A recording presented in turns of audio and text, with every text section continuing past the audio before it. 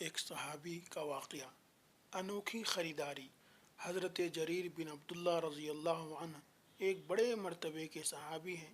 یہ ہمیشہ دوسروں کا بھلا چاہتے، اپنا نقصان گوارا کر لیتے، لیکن دوسرے کا نقصان ان سے دیکھا نہ جاتا۔ ایک دفعہ انہوں نے اپنے غلام کو ایک گھوڑا خرید کر لانے کا حکم دیا۔ اس نے 300 درہم یعنی چاندی کے سکوں میں گھوڑا خریدا اور گھوڑے کے مالک کو قیمت دلوانے کے لیے اپنے ساتھ لے آیا۔ حضرت جریر رضی اللہ عنہ کو قیمت بتلا دی اور گھوڑا بھی پیش کر دیا۔ گھوڑا دیکھ کر آپ کو اندازہ ہوا کہ گھوڑا بہت قیمتی ہے، اس کی قیمت 300 درہم سے زیادہ ہونی چاہیے۔ آپ نے گھوڑے کے مالک سے کہا، جناب آپ گھوڑے کی بہت کم قیمت لگا رہے ہو، گھوڑا تو بہت قیمتی ہے، کیا آپ 400 درہم میں بیچیں گے؟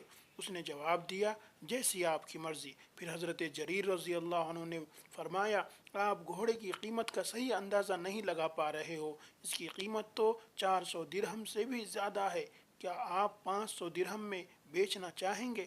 اس نے کہا، میں راضی ہوں۔ اسی طرح حضرت جریر رضی اللہ عنہ گھوڑے کی قیمت میں 100 درہم زیادہ کرتے چلے گئے۔ بالآخر 800 درہم میں گھوڑا خریدا اور قیمت مالک کے حوالے کر دی۔ حضرت جریر رضی اللہ عنہ سے کسی نے پوچھا، جب مالک 300 درہم پر دینے کے لیے راضی تھا تو آپ نے اسے 800 درہم دے کر اپنا نقصان کیوں کیا؟